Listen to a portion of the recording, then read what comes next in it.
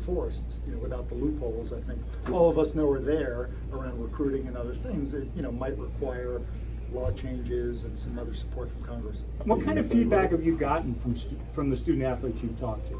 So mixed. There's a lot of different views about this, and I've spoken about this topic over several years to student athletes. But most support the idea of being students first. Realize there are a lot of benefits that they get that don't often get talked about, don't often get reported. The value of a scholarship and the other support that student athletes get, and some are really supportive of this exploration that we're going through. So. One of the things I've learned pretty quickly in this role, you can't generalize. Student athletes feel this way or feel that way. They're individuals, a lot of different types, depends on their perspective. But I think the recent meeting I had with representatives from each of our 12 school student athlete leaders, they feel is something that should be explored, that the California approach is not the right approach, and that we've got to come up with more thoughtful solutions. You talked about the college model. Everybody else seems to get paid, but these college athletes to put their blood, sweat, and tears on the line. Are you in favor of supporting student athletes getting paid? And are you on a committee? Are you part of a plan, long-term plan, as far as just collaborating with other states and conferences? Yeah, the Pac-12 is very supportive of the work that the NCAA NIL committee's done. We had a representative, athletics director from Colorado, Rick George. We've got a representative on the board of directors of the NCAA, Chancellor Phil DeStefano from Colorado, who endorsed this. So we're supporting the process. We believe in the collegiate model. We believe it should be students first. Don't believe it should be an open market where student athletes are being paid to go to this school or that school or for their performance. But the idea of name, image, and likeness, if we can craft reasonable guardrails around it, really just being about that, and student athletes that have a value based on their individual popularity. If we can craft that, that's something we're supporting, and we're going to engage in trying to figure out how to focus it on just that. All right, the men's basketball season's about to start, and going back to the spring, you'd say we're hoping for a finality. While the federal investigations are over, those cases are over, there's still no answers. You've got multiple programs tied up in this, including here, but Arizona, you're about to start another season. You're about to go through a third year, again, with uncertainty and clouds over across the country, but multiple schools in your conference. We're about to go through a third one. Yeah, it's frustrating. It's frustrating for us. I've met with our coaches recently at our men's basketball media day, and they expressed their frustration to me. I think we all want some clarity and finality to it. I'm also sensitive to some of the challenges the NCAA has had, given the cooperation or lack thereof that they've gotten from the FBI and Department of Justice. But yeah, we want this cloud lifted, and if there are outcomes or penalties that need to arise from it, everyone wants to kind of get on with that and move forward. I think it's going to be a great year for our league. We want to focus on the court. I think we're deeper, we're stronger. It's going to be a very interesting season for us. I think the conference is on the rise. But yeah, this cloud hanging out there and what ifs in terms of what might happen to certain programs is not a healthy thing. Are you confident, though, that now that those investigations are over, that Arizona and USC specifically, as institutions, are you confident in their own internal investigations now that they're free to do them more so than they were? Well, I've had a chance to speak to our leadership, our schools that have been implicated in this, very confident with the seriousness with which they've treated this, the money they've spent, bringing in outside lawyers and investigators, and they've done everything reasonable you could do to try to get to the bottom of it. The ball's in the court of the NCAA to move through their enforcement process. Is there any more consideration to 8-game schedule and football conference schedule, given that I think 3 of the 5 Power 5 are doing that? Yeah. Well, I think 2 of the 5 are doing 8-game. I think there are 3, the Big 12, the Big 10, and the Pac-12. That are 9-game conference schedules. There won't be any serious consideration about any change until the lead up to our next round of television agreements. It's something we committed to as part of our television agreements with ESPN and Fox. So it really would be quite difficult to make a change to that, and there's really no momentum for a change right now. Also, by then, I think we'll have some more data in terms of how the college football playoff has worked. I think there have been certain years you could argue the extra conference game hurts. Certain years you could argue the extra conference game has helped for us. So I think open question going forward. We'll look at a lot of different things in the lead up to our next round of TV agreements, but don't expect any change to that between now and then. The Pac-12 has moved, championship game, I should say, has moved to Las Vegas for the next couple of years. Has there been any talk with the Inglewood Stadium opening up soon possibly rotating the Pac-12 between Vegas and LA and possibly Santa Clara? Yeah, well, we've had a great experience in Santa Clara, like the 49ers, continue to have a bowl game there. We've looked really carefully at what the Rams and Inglewood are doing in Las Vegas and decided that the next couple of years we want to play our championship game with the Raiders, a new facility in Las Vegas. Although we have added a bowl game in Inglewood, and that'll give us a good opportunity to experience that. The college football championship game is also coming to Los Angeles at the new Raiders Stadium, 2023, I believe. So it's clearly a world-class venue. I mean, we're quite fortunate over the last few years. We've had these amazing new football stadia built in our footprint, and it's opened up all kinds of opportunities. I mean, this bowl game we're going to play in Las Vegas is going to rotate between Pac-12 SEC, Pac-12 Big Ten. This is the first time the SEC's played a bowl game west of the Mississippi. So it's a good example of how these new facilities are now in great markets, are an attraction and going to allow us to improve our bowl lineup and move around our championship games. With the championship, with the Power champ. of USC's brand, how important is it for them to get this athletic director hire right? USC, doing well is great for the league overall. They're probably our most historic, prominent football brand. So it's in everyone's interest in our league for them to be operating well and be successful.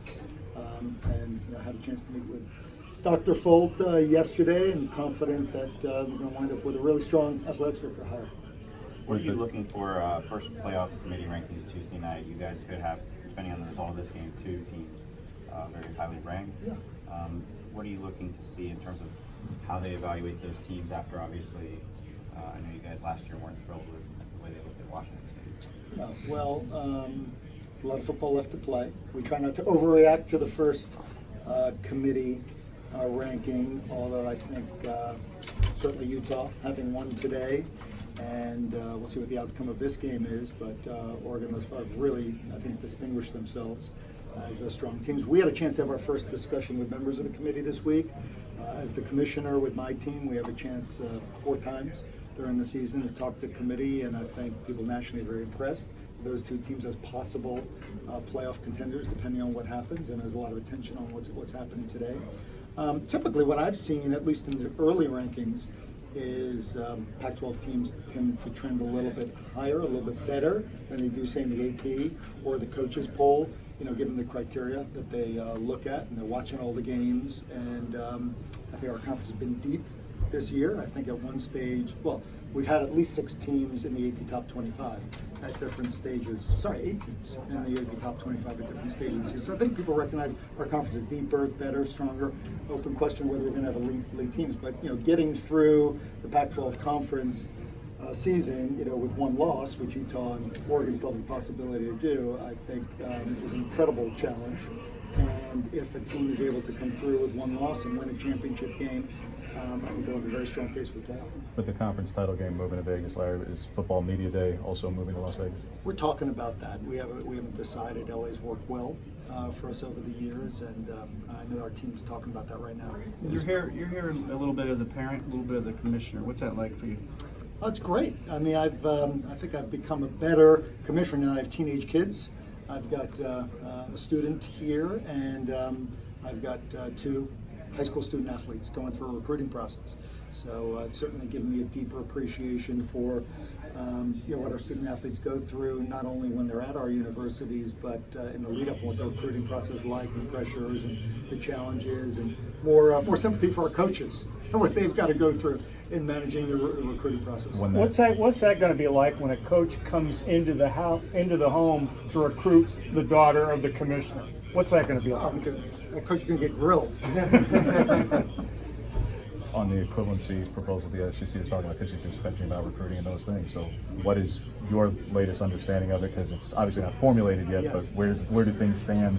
Where it could mean $20 and $30 million. So we have started to have a conversation about that, since I think I talked to you last week. Been together with the other commissioners, and there's a lot of complications involved in that. I think may get sidetracked a little bit by all this discussion about NIL. I think there's some maybe more challenging, bigger picture issues we're going to have to wrestle with as part of that. But the highest priority, I think, over the next 6 months legislatively will be taking the challenge the NCAA Board of Governors has given us and trying to figure out is there a pathway to allow student athletes to get compensated for name, image, and likeness and still preserve the model. So I actually think this other topic probably isn't going to get a lot of attention next 6 months.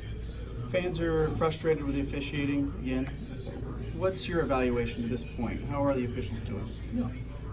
I think our officials are working on constant improvement. I think there have been improvements. The recommendation of the Simpson report that we distributed to everyone are being carried out, and it's led to different procedures and policies and some more transparency. Certainly, a different kind of focus, increased focus on some of the training and accountability. So I don't know that I could say anything is going to dramatically change overnight. I think the program was considered to be solid, comparable with peer conferences, but significant room for improvement. And the improvements are not going to happen overnight. They're going to take some time, but I feel good that they're pointed in the right direction. That doesn't mean on any given game there aren't going to be mistakes. There's not going to be controversies. Fans aren't going to be upset. I think it does go with the territory, and that's not meant to suggest there's any complacency.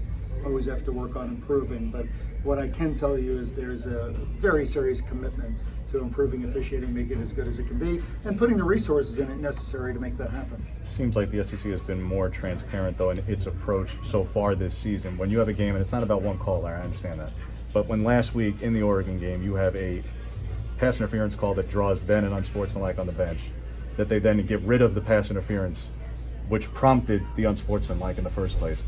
Should there not be some level of transparency for the fans, for the programs publicly? Because that call was clearly wrong. It was overridden by that crew, but the subsequent call was because of the wrongness of the first call. So we've taken a step toward more transparency. I think most of you are aware we really didn't comment publicly in the past. Based on the recommendations from the Simpson report and discussions with our athletics directors, we decided to take a step, but in the first year not go too far and have officiating be the main focus. But we established a protocol, and if there are certain triggers, David Coleman will make the judgment every week about publicly commenting and maybe putting together a video. It's happened twice so far this season.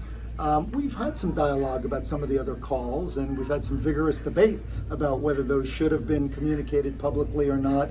And I discussed it with our athletics directors recently, and what there was a consensus around was let's stick with the protocol we agreed to for this season, but at the end of the year, let's take a step back, look at it all, and maybe modify, maybe take the next step in terms of even more transparency. So there may be some calls that we didn't comment on this year that people in the rearview mirror will say maybe we should have, and we might make some adjustments for next year, but we've taken a step.